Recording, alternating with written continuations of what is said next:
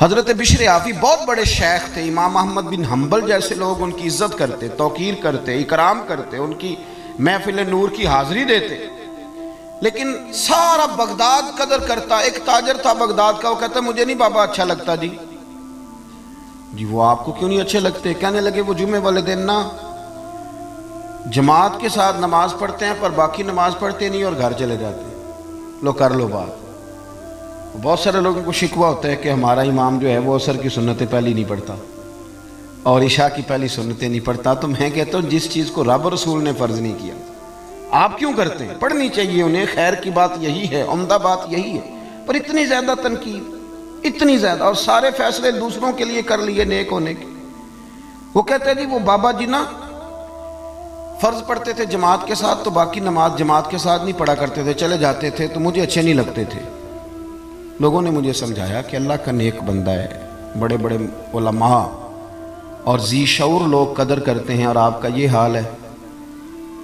کہتا ہے میں نے ایک دن سوچا کہ میں پتہ تو کروں بابا جاتا کہاں ہے ویسے جمعے والے دن، اتنی جلدی کاہے کی ہے؟ کہتے ہیں میں نے ان کے ساتھ نماز جمعے کی ادا کی، ایک ہی صف میں۔ حضرت بشر حافی سلام پھیرا، دعا بھی نہ مانگی اور اٹھ کے نکل گئے۔ کہتے ہیں جب وہ چلے تو میں بھی پیچھے چلا، ایک نان بائی کی دکان پہ پہنچے تو چند نان خریدے۔ میں نے کہا خو پیر صاحب کو بھوک نے ستایا تھا، وہ تو روٹی کی خاطر سنت اور نوافل چھوڑ دی۔ پھر وہ آگے بڑھے اور ایک ہوٹل سے انہوں نے کباب خریدے۔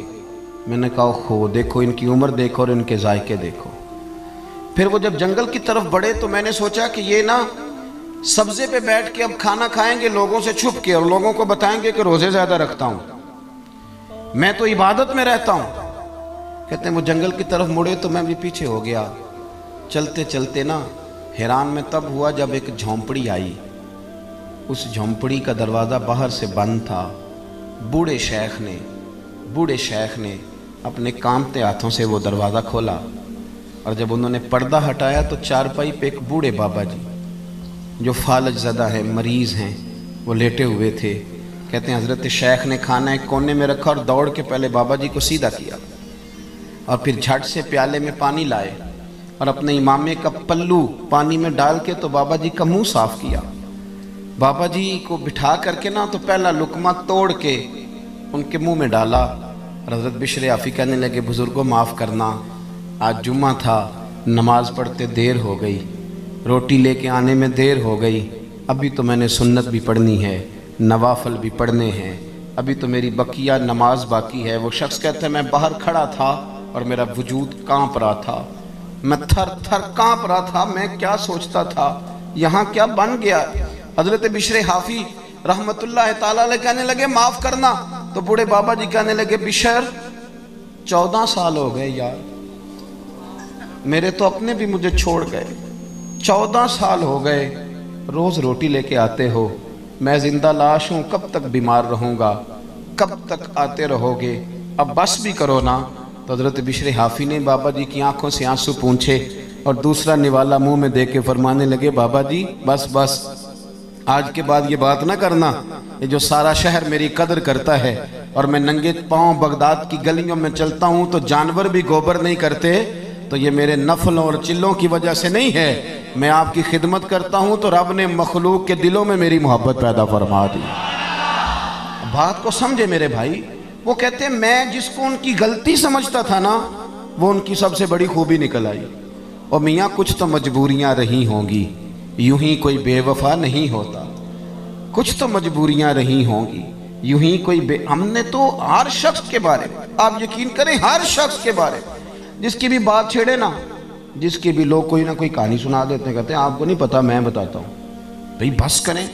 نبی پاک صلی اللہ علیہ وسلم نے فرمایا لوگوں کی جاسوسی نہ کرو ورنہ تم انہیں خراب کر دو گے، اچھا گمان پیدا کریں زندگی میں، اچھی سوچوں کو فروغ دیں، اور اگر کوئی کسی کے بارے میں بات کرنے لگے تو اسے تھوڑی دیر کے لیے روکیں، اس لیے کہ حضور صلی اللہ علیہ وسلم نے فرمایا اگر تم نے کسی کو اس جگہ رسوا کیا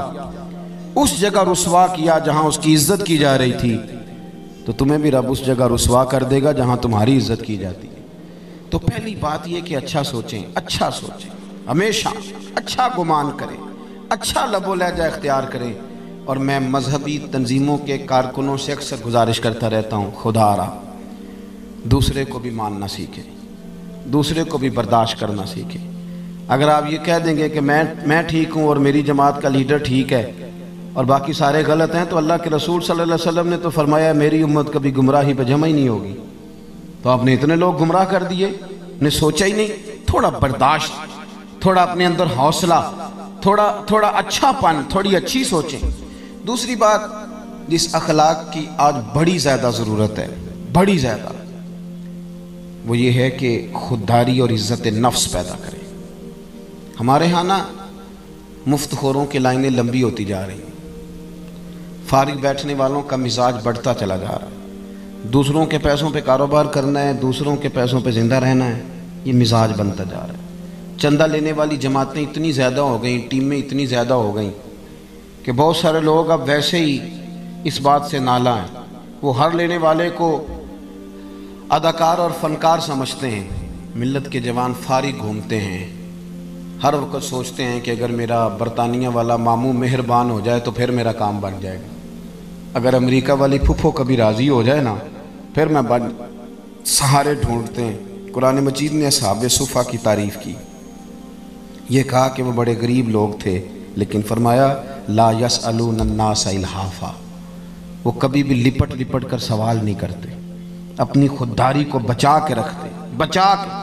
حضرت حکیم بن حزام رضی اللہ تعالیٰ عنہ فرماتے ہیں میں نبی پاک صلی اللہ علیہ وسلم کی خدمت میں حاضر تھا اور ہم 8-9 صحابہ حاضر تھے۔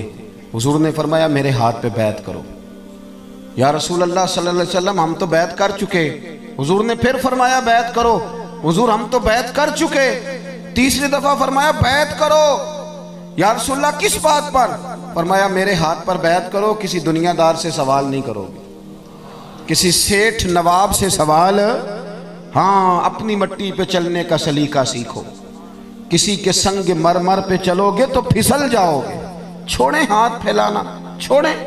ہر وقت انسان یہی سوچتا رہے کہ فلاں سیٹھ راضی ہو گیا تو کام بن گیا، جھوٹ بولنا، خوشامتیں کرنا، دنیا داری کرنا، اس چکر سے باہر آئیں۔ جب کوئی میرے نام پہ چندہ مانگنے نکلے گا کہ میاں عصمت صاحب آپ نے مولانا صاحب بلائے ہیں تو سنا ہے کہ آپ کو 40,000 روپیہ بھی دینا ہے، اور اس نام پہ جب چندہ اکٹھا ہوگا تو میری بات کا کوئی خاک اثر لے گا؟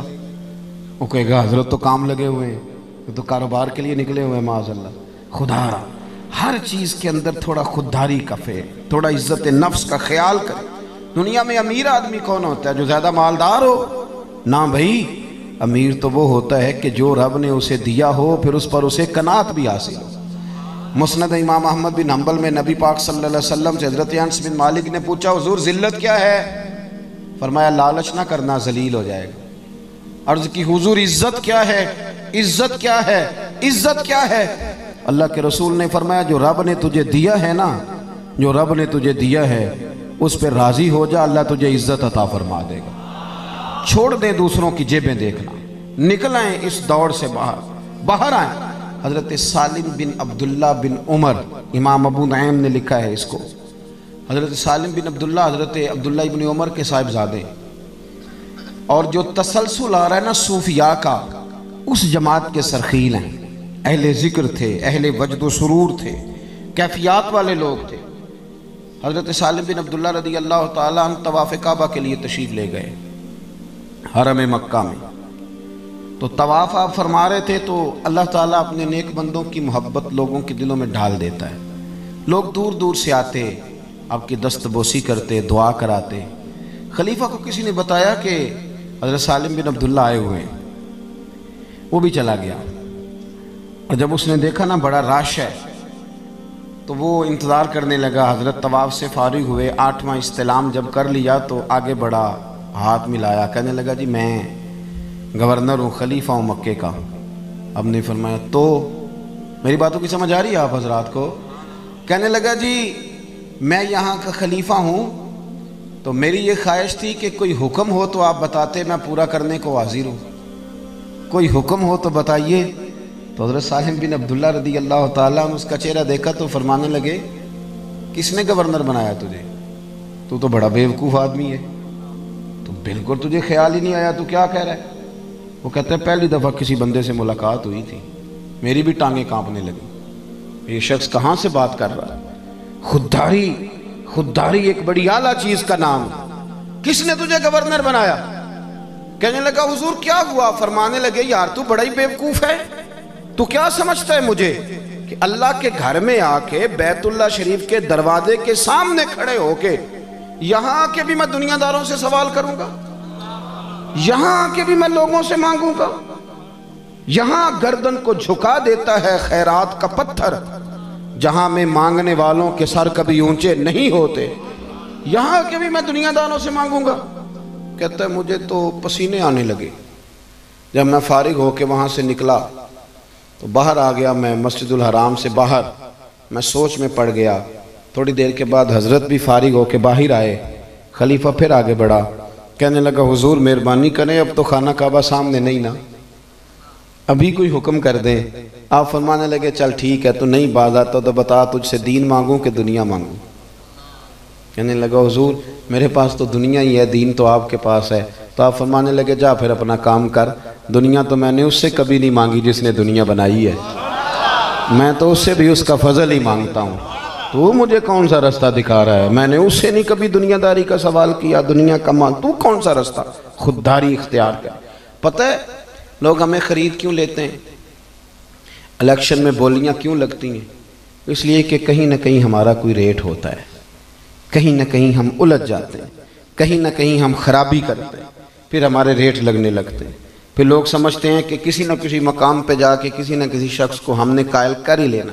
دوستو بالخصوص نوجوانوں یاد رکھنا، جو لوگ محنت کے ساتھ آگے جاتے ہیں انہیں کم گرایا جاتا ہے۔